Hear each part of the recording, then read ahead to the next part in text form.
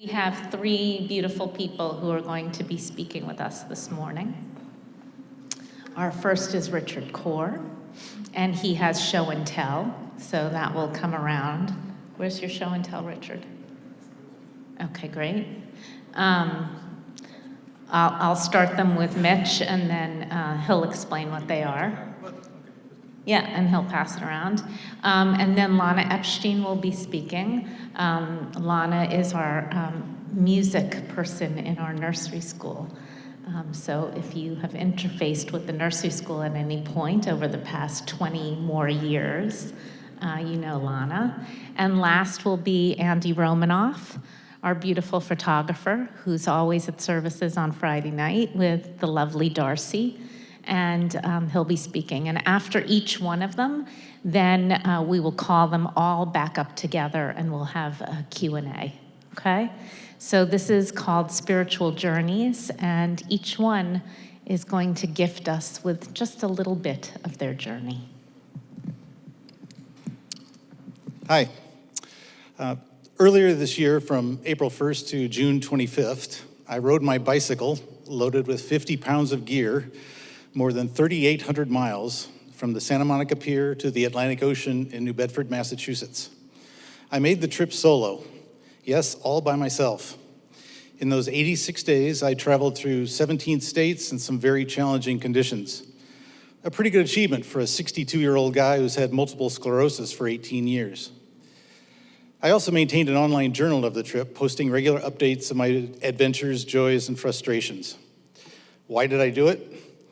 The trip was the fulfillment of a dream I'd had since 1976, when I was 16 and growing up in Western Illinois, the youngest of 5 in a strong Catholic family. I was an athletic kid who loved riding his bike. I'd read about a group of cyclists doing a cross-country ride, and I promised myself then that someday I would do the same.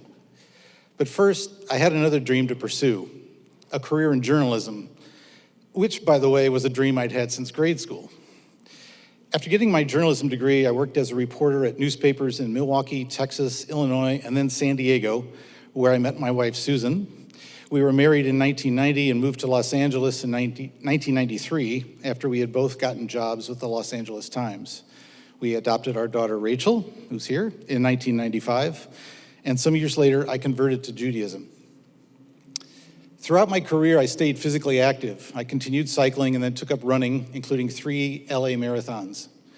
Then, in January 2004, as I got out of bed one morning, my legs collapsed. At that moment, my world changed. I now had multiple sclerosis. Ever since, I've walked with a limp, dealt with numbness and tingling in my legs and feet, and learned to live with fatigue, discomfort, and other symptoms. Despite those physical challenges, I continued to work in high-stress journalism jobs over the next 15 years. In 2019, with my health deteriorating, I filed an application to go on Social Security disability and was promptly approved. I could now stop working and take better care of myself. Doctors say one of the best ways to hold multiple sclerosis at bay is to keep exercising. So I got into a routine of doing yoga, strenuous workouts at the gym, and bike rides of 20 to 60 miles. During this period, thoughts of the cross-country ride became more persistent. If I were ever going to do it, now was the time. I did lots of research and put together my plan and my route. By the time April 1st drew near, I had compiled a detailed spreadsheet with each day's critical information, mileage, destination, lodging, etc. Everything appeared to be in place. Then, 2 weeks before I planned to depart, my oldest sister, Mary, called. Mary was a Catholic nun. She was almost 74 and living with other sisters in a monastery near my hometown. A year earlier, Mary was diagnosed with inoperable lung cancer. And on the call, she told me she was in her final days. Suddenly, my trip was in doubt. I didn't want to be out on the road somewhere when she passed. As it turned out, Mary died in her sleep on Sunday, March 27th, 5 days before my scheduled start. The sisters of her community worked with the mortuary to honor my request for a prompt funeral. I was able to attend it and promptly returned to LA, ready to start my bike trip on time. Early on the morning of April 1st, Susan drove me on my bike to the Santa Monica Pier, the start of historic Route 66, part of the route I'd be riding. Susan took pictures of me with my bike, gave me a kiss for luck, and I was on my way. I had no idea what challenges lay ahead. High winds became my trip's nemesis. Over the next 4 weeks in the deserts of California, Arizona, and New Mexico, I spent roughly 12 days sitting in motel rooms, Airbnbs, and a friend's place, waiting for the passage of winds that were gusting up to 60 miles an hour. I also turned myself inside out, going over mountains with steep grades that went on for miles and miles and miles. Fortunately, once I cleared the Texas Panhandle, the weather conditions and terrain became more manageable, with only a few thunderstorms to dodge here and there. I got into a rhythm and enjoyed almost every day for the rest of the trip. I've had a hard time believing I was on the road for nearly 3 months. There's something about being in an existence that's pared down to basics, eating, sleeping, riding, laundry, that allows you to lose yourself in the present. When you're traveling on a bike, each day is a new puzzle of weather, terrain, and distance, and sometimes equipment that needs to be examined and figured out. Just the simple act of being outdoors every day is a blessing. Indeed, sometimes you feel threatened or scared by conditions or surroundings, the wind, the rain, lightning, cold, or heat. Other times you feel in total awe and at peace amid wide open expanses where you're the only human speck between the horizons. Or you find yourself suddenly alone with another creature, like the deer that sauntered onto a bike path, bringing me to a stop as we both stood there, assessing each other. In such moments, I couldn't help but offer thanks to the Creator. When you get to the end of each day, whether you're invigorated or exhausted, you can congratulate yourself on what you achieved and what you gave yourself the opportunity to experience. If you're lucky, you might have some warm and friendly conversations and experiences with people you meet. One of the great things about being a bicycle tourist is your vulnerability. People seldom feel threatened by you. So they're more apt to start up a conversation while you're munching on your muffins and downing your Red Bull outside a convenience store, or as you're devouring your Patty Melton fries in a booth at their local cafe. They're also more likely to give you help when you need it, and there were times when I really needed it. I was riding in the Mojave Desert just a few days into the trip when concerned workers with the BNSF Railroad pulled over in their pickup to offer me extra water they thought I might need, which I did. I later wondered, were they railroad workers or heaven-sent angels? In New Mexico, when I was caught on a desert highway in a nasty, dangerous windstorm, a pickup truck driver named Wayne from Laredo, Texas, saw me waving my arms for help. He pulled over and said he'd be happy to drive me and my bike the 20 miles to my motel. Wayne said it was his opportunity to pay back for acts of kindness he'd received in his life. Near Kellyville, Oklahoma, about 25 miles outside of Tulsa, my rear tire broke down and it couldn't be repaired. I was standing frustrated on the side of the road. Kellyville's woman police chief, Shelley Garrett, drove up, seemingly out of nowhere. She called a local church pastor who arrived in his pickup truck. Pickup trucks were good for me.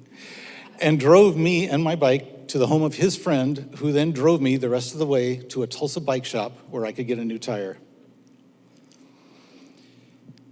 On June 25th, when I arrived in New Bedford and rode to Fort Tabor Park on Buzzards Bay, Susan and Rachel were waiting to welcome me and celebrate my finish, along with many other family members. I was in tears. This was a moment I had dreamed of. And yet, it was not quite what I expected. I was looking forward to finding something when I got to the finish, a revelation of some kind. But what I felt was that something had been released. I'd let go of something that I'd been carrying inside me.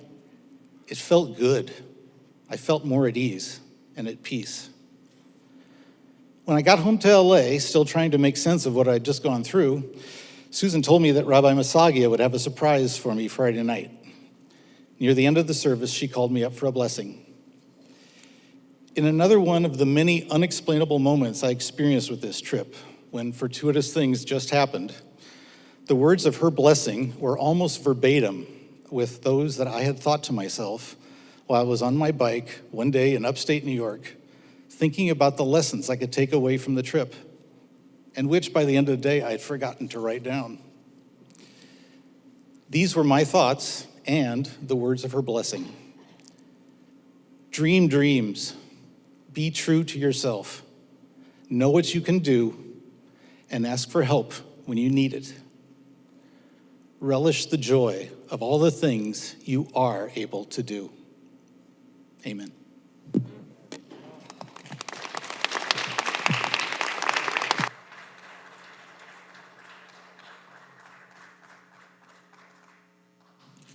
Thank you. Lana, do you want this or you don't want this? No.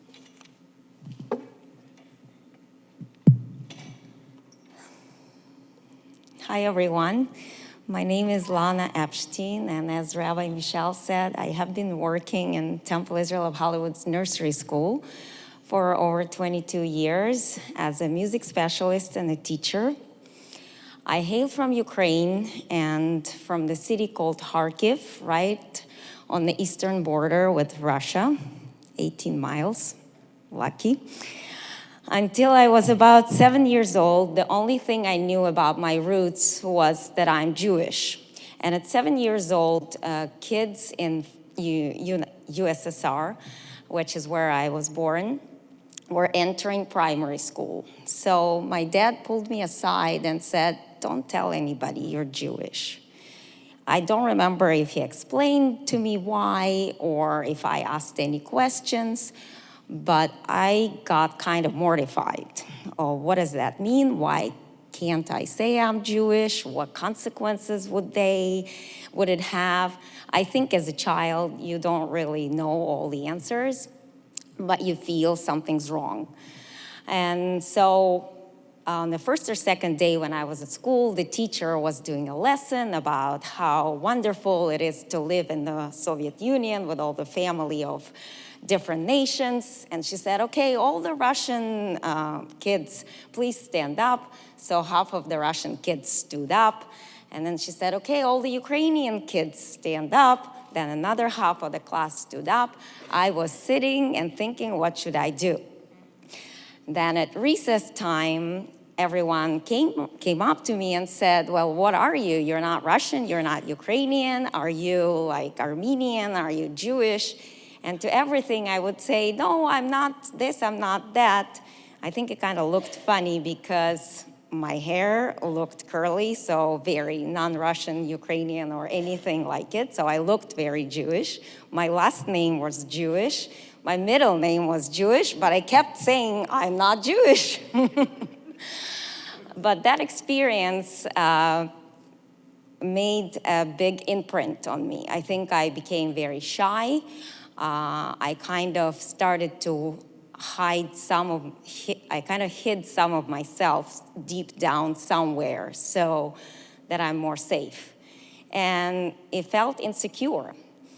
It all changed in 1990 when Soviet Union started to break up, and the Soviets allowed the people from different countries like United States and England and Mexico and Australia and you name it, to come to USSR and actually set up communities for Jews. My mom, who did not know anything about Judaism besides a few Yiddish words, she brought me to our central synagogue, which is the second biggest in Europe. And it was built in 1913. And so she brought me there, and I immediately fell in love with learning about Judaism, learning about history, learning about culture, about Israel, about the prayers, the songs. It was so different than what I knew before. And I also felt so drawn to all these people that came from abroad. I didn't know at the time why I felt it, but later on I understood that it was because they had so much less fear than us and so much more freedom that when we were just around these people, we were more confident and we felt stronger just by associating with them. I started being so proud of what I am, of being Jewish, going to all different celebrations, and it was a great time.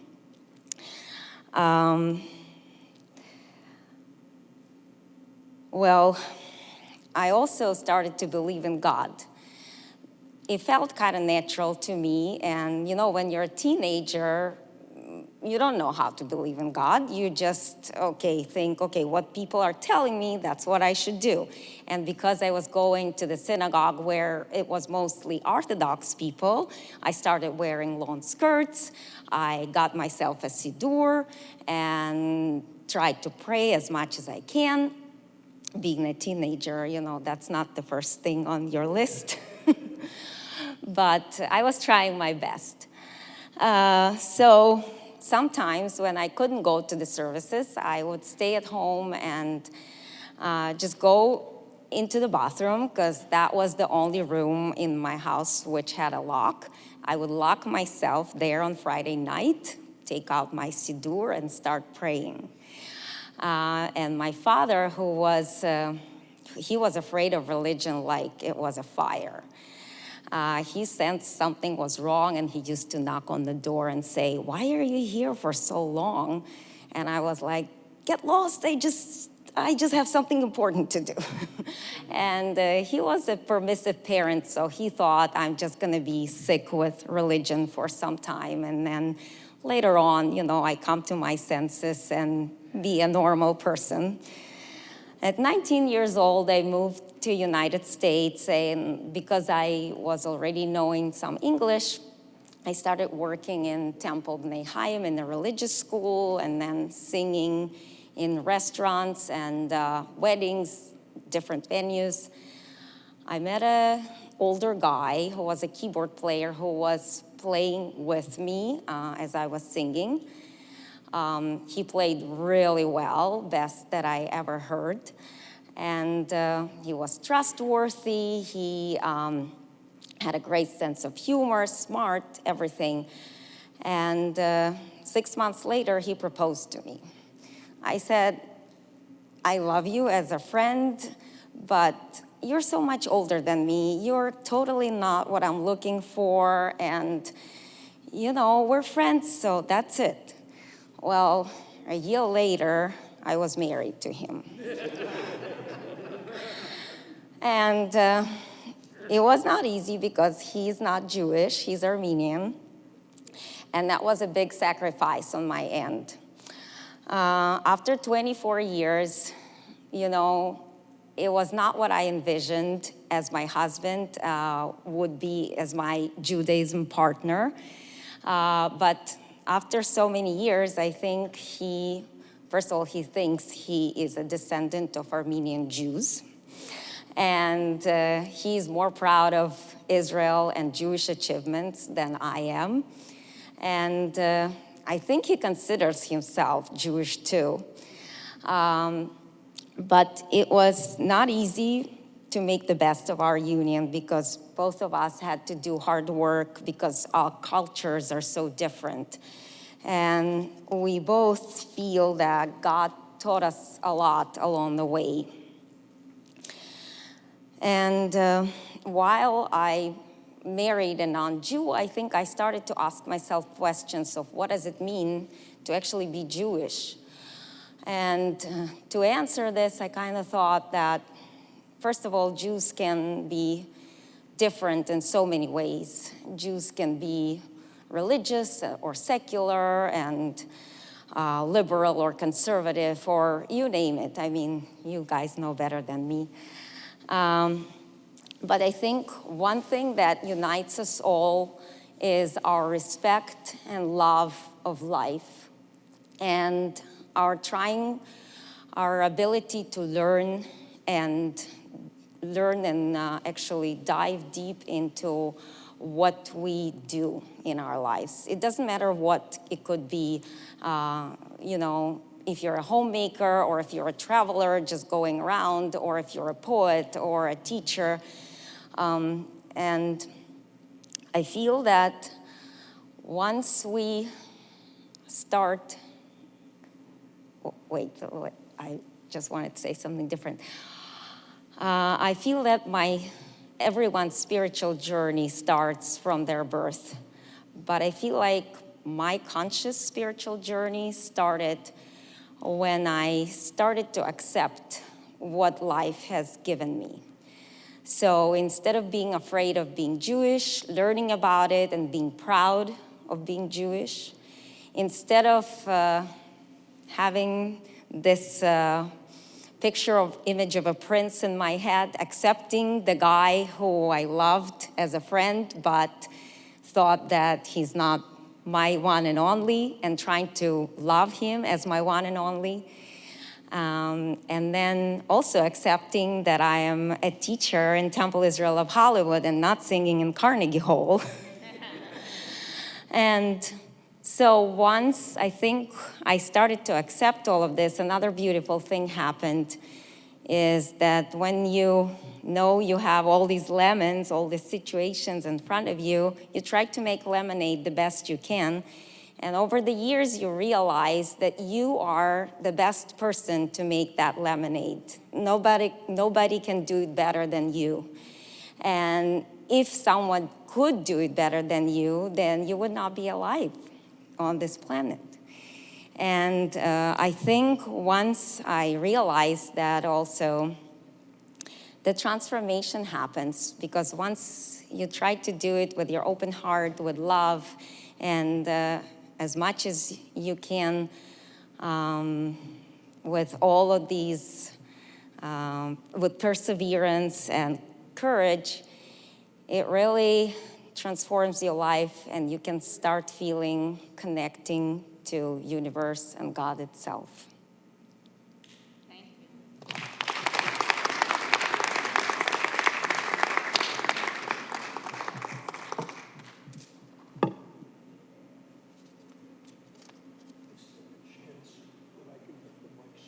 Yeah, yeah. Sure. And actually use a stand. Yeah. Yeah. We're going to take a moment to get the mic set up because, as you can hear, I don't speak very loudly, usually. And I think I can use some help here. I'm going to use that as well.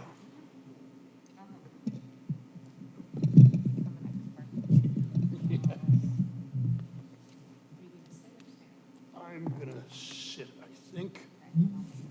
Yeah, and just put it right on me. And thank you. Oh my God, there's a lot of you. Hi, everybody. What? Oh my. Hi. Well, good afternoon. I am Andy Romanoff. And for those of you who don't know me, I've been a member of Temple Israel for many years. All right. Is this, yeah. But in the years before, I led a wild life. I was a troublemaker. I got thrown out of 5 high schools. I never graduated. I stole things, and I fought, and I did more than my share of drugs. I got thrown in jail. I lived on communes, and only after I turned 40 did I start to turn things around. The good news is that happened 40 years ago, so I've had some time to make some changes. In the years since the crazy years, I helped pioneer new technology for motion pictures, and I started a business. I sold it to a much bigger company. I became a corporate executive. I got married. I had wonderful children, and I became a Temple member. I didn't come here willingly. I came here because my wife, Darcy, that one, pulled me along the way. It took a while for me to become grateful for this place and for the community that surrounds me here. In the last year or so, I've written a memoir. And so when Rabbi Michelle asked me to speak, I turned to that manuscript looking for stories that might illuminate how I got here. I found 2 of them I thought you might like, and I'm going to read them to you. The first one is called, They Say My Father's Name.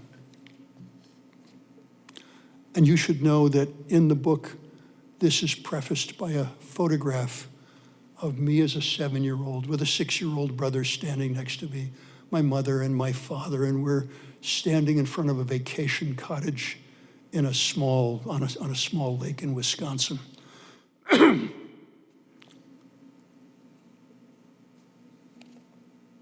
How could you have died then? Look at you, young and strong, vital, competent, comfortable. There you are, standing with your family in the front of the Wisconsin cabin, central myth of my existence. Look at me, surrounded by love, serious like a firstborn, my privilege deeply felt and understood, in my place, in my special place. This is the last picture of us as a family. Later this year, on a Saturday, December 17th of 1949, my father says goodbye to me. Busy with my boy life, I shrug him off. He goes to meet my uncle, and they proceed to an office to buy a 2-flat building for us all to live in. In the office, my father doesn't feel well. He asks for the bathroom, goes there and collapses. A half an hour later, he's dead, 37 years old. In the pain and confusion of the next few days, my brother and I are not told. There are intense meetings of grown-ups. My crying mother tells me we're going to stay overnight at my uncle's place. And then we are at Uncle Lou's apartment, running back and forth, playing like children. On the third day they come, my mother and my relatives, and they sit on chairs in the dining room, and they tell me my father has died. They tell me I can't see him again, that he's already buried. They tell me I am the man of the family now. I ask for his pocket knife. Today, I am already a man. I don't need you to tell me anything, so don't tell me anything. When I am 11 or 12, we join a temple. I am made to learn Hebrew and memorize a portion of Torah. The sanctuary is a great open space. Light comes from a large window with a Jewish star set above the bima. At the side of the room light is softer, diffuse and dim. I stand with my mother talking to the rabbi, a distinguished man. He offers me condolence and support. He is nothing to me. I have searched my heart and my mind looking for answers. Religion has no answers. God doesn't hear. Time passes. For the next 30-odd years, I'm Jewish, but only if you ask me what I was born. I am drugged or busy, and I share the universe with other living things, not dead ones. I marry, have children, a wife. She is Darcy, born questioning. She finds kinship among the Jews and becomes one, and I am her reluctant partner in this. She teaches me about ritual, and over time I experience it. I learn the importance of repetition, and slowly I submit. God doesn't hear, and it doesn't matter. Being reminded of what is important, chanting with the others, resetting the course is enough. Jewish ritual includes the saying of Kaddish, a prayer for the dead. Their names are called on the anniversary of their death. I sit in the temple on a Friday evening, and my rabbi begins the litany of the remembered names. Rabinowitz, Richman, Rifkin, Romanoff, Harry Romanoff. My father, remembered, filled with longing for my lost life. I stand among my community and I say the Kaddish, and I am filled with emotion. They say my father's name, and I remember. That's one.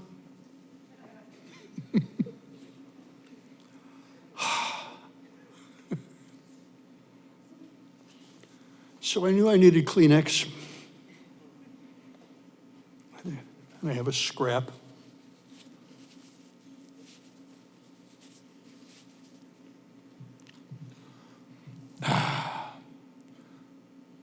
This one's called A Turning Point. One year after Yom Kippur services, I went to the beach and I cried a little. If you come this far with me, you can see many of my stories can be divided into two broad themes. Oh, thank you. Stories of stealing and stories of the drug years, and none of them pay much attention to the other people in them. Eventually, though, I began to notice that I had done things that might have had consequences for others. So this moment at the beach was the beginning of atonement. Now, atonement. I've always told stories of transgression as easily as if I were telling the stories of a character I invented, and maybe that's because it's true. I rarely meant ill towards others in those years. I only wanted to be part of something and to find my way through a world that confused me. In my mind, in those days, real men were outlaws or outsiders, not people who went to work every day. So when a man named Jack Holzman offered me a job at Panavision, I tried to make him rethink it, telling him how unsuitable I was. And later, when Bob Beecher offered me a senior executive slot in the corporate suite, I did the same thing. I was an outsider, but somehow both of them knew better. So without the right brain letting the left brain know what it was up to, I blindsided myself. I let myself become successful. Being successful meant working in groups, having lasting relationships, living in the community. So without paying much attention to it, I found myself surrounded by people who didn't get high all the time or run off the rails. My new friends accomplished things. They acted on principles as well as desires, and they didn't leave a trail of trouble behind them. Uncharacteristically, I began to admire them. Chief, of course, was Darcy, and it was to be in her orbit, and to be in her orbit was to encounter people I had never been social with: lawyers, doctors, professors, therapists, rabbis. People who thought about the consequences of ethical living. At Darcy's urging, we went to temple on Friday nights. I sat there bored and squirming, picking up where I had left off at 13. How could anyone believe this stuff about a preposterous gray-bearded God? The music was another thing, though. It opened a door to my heart, a place of feeling beyond reason. I started to sing along. The words didn't have meaning for me, but I remembered them. The melodies spoke directly to deep memories. I was happy to make the sounds and hear my voice in the group. Slowly, I noticed the feelings of peace and joy I got from singing with others, and I found myself part of the group that came together looking for meaning. Without intending to, I listened to the rabbis wrestle with the questions of living, and it became clear they were just ordinary people who had chosen to stand in front of the congregation trying to make sense of the often insensible. Also, that gray-bearded God I thought they were talking about was only in my head, a leftover from a child's understanding. My heart softened for these rabbis, and sometimes without my noticing, a few of their ideas crept in. I grew to like them in their perfectly imperfect ways. Yom Kippur is the Day of Atonement for Jews. Everyone goes to temple and spends the day praying and asking for forgiveness for their sins. It is a day of great performance.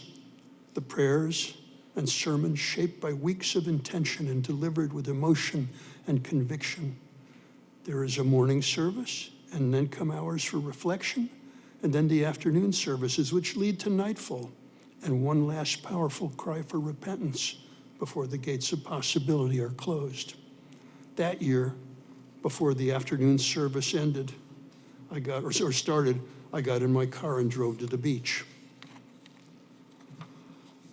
Walking barefoot in the sand, I found myself thinking about others and the things I had unknowingly done to hurt them. Most of those offenses were years in the past, but I remembered them as best I could. I imagined the unknown people who had come in the morning, found my midnight work and cursed me for it, hated me with cause. I apologize to these imagined others, sitting in the sand and crying, knowing I could be better in the future, in acknowledgement of acting badly in the past. Doing such a thing entangles you in the web of others, and noticing others entangles you in life. Each thing you do, noticed or otherwise, is a cord that binds you to a spot. Over time, you make 100 decisions and take 1,000 steps. Each one moors you more firmly to the place that becomes your place in life. From now on, I had to decide who I wanted to be.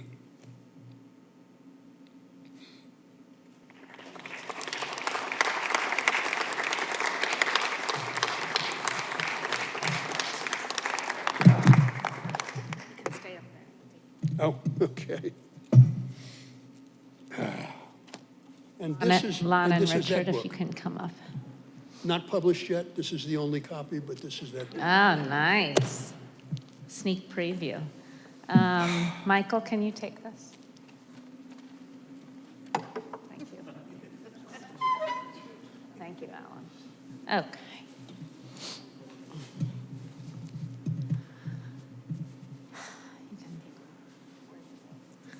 First of all, thank you to the three of you for pouring out your hearts.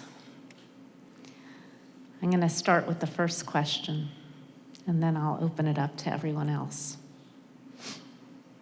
Each of you wrestled with, appreciated, fought with, embraced at different moments in your life what some of us call God. Energy, power, source, presence in the universe. And my question to you, to the three of you, are, where are you now with God? How is God a part or not a part of your life?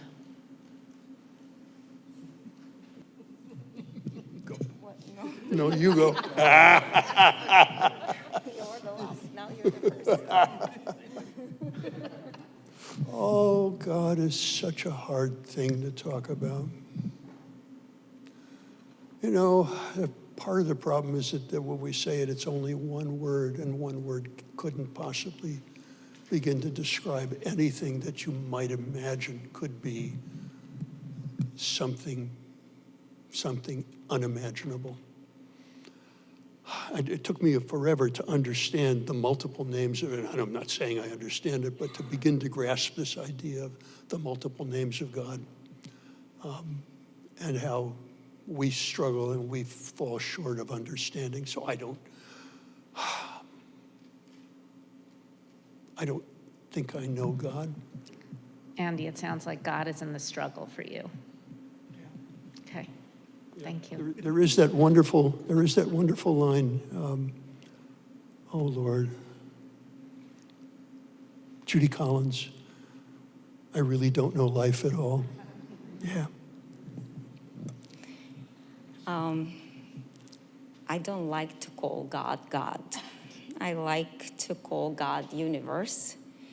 And I feel like at this point, I kind of still learning to know the universe. I know some part of it. I'm not waiting like I used to, that there's gonna be a special sign, or God's gonna call me or tell me something in my sleep. Not gonna happen. But I know that during my life, I kind of feel signs, little things from the universe. And when I feel them and know that they are here for me, I feel that I'm connected, and I feel that I'm on the right path. I would say that. This is a tough one for me. As I mentioned in my talk, I was raised Catholic, so I was kind of raised with always kind of projecting images of what God was. And one of the things that I found very refreshing with Judaism was the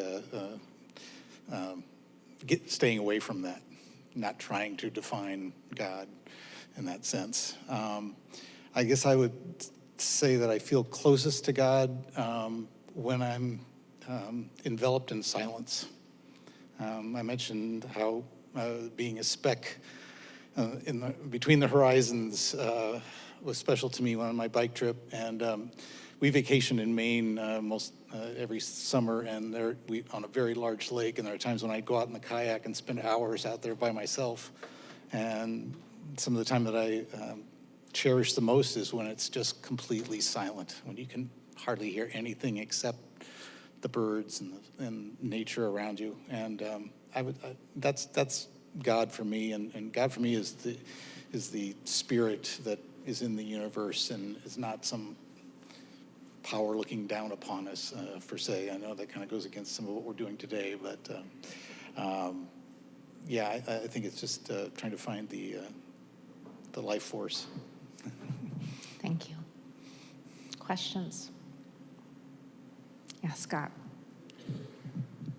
Question for all of you. When you have your moments of silence or those moments of stillness or the wrestle,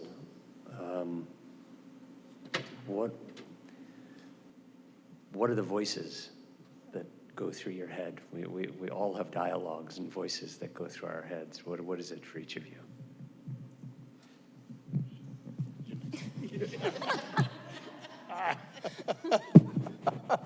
I see a pattern here. There's two kinds of voices in my head. And the one is the internal voice that runs all the time. And then there's another kind of voice that only appears some of the time.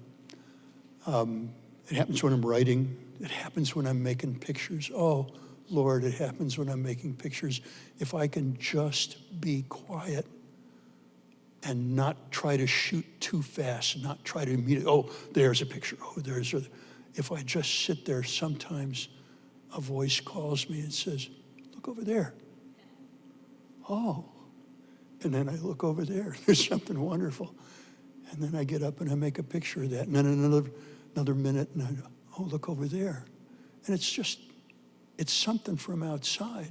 I mean, whether it is or not, we can talk about physiology of the brain. But it's not that other one that says, oh, you should have done this. Okay, for me, I think when I am thinking about something, I like to think over time, because when there is a situation or something happening, if I am quickly, or if I'm listening to the voices and making a decision the same day or in a couple of days, I usually feel that it was not the right one. So I think I learned to kind of appreciate time and understand that just when time passes, you feel and which one of the voices is the right one according to your values and according to what you want to achieve for other people or yourself.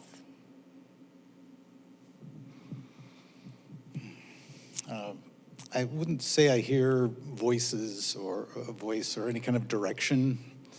For me, I think when I'm in those moments of silence, I often start kind of putting out questions. What do you want me to do? What does this mean? Where should I go? And I just, after a while, if I'm lucky, I get a feeling, or maybe for direction, but sometimes just to be at peace and go with my gut. And I have to say, I've been pretty fortunate in my life that I've made a lot of decisions just based on a gut feeling. and most of them have worked out, or I've learned very important things from that, that I realized I'd done the right thing following that feeling. So. So nice. Are there any other burning questions? Okay, Mitch, one question, and then we're going to actually wrap up because they need to set up the inside part of this area. So you'll have like a half an hour break before we come back together for Mincha. This message is questions for Andy. What an interesting life you led and are leading. I can't hear you, Mitch. Come closer. Questions for Andy. You were talking about the Kaddish that sparked you, but I'm still curious. What was it that you and Darcy found in Judaism? Because you're not coming from there, and you were antagonistic towards it. Was it really just connecting with your father in the Kaddish, or was there something else? No, it wasn't. It wasn't as simple as that. That's a transformative instant, but there was a whole lot of other stuff. And I won't speak for Darcy because Darcy is quite capable of speaking for herself.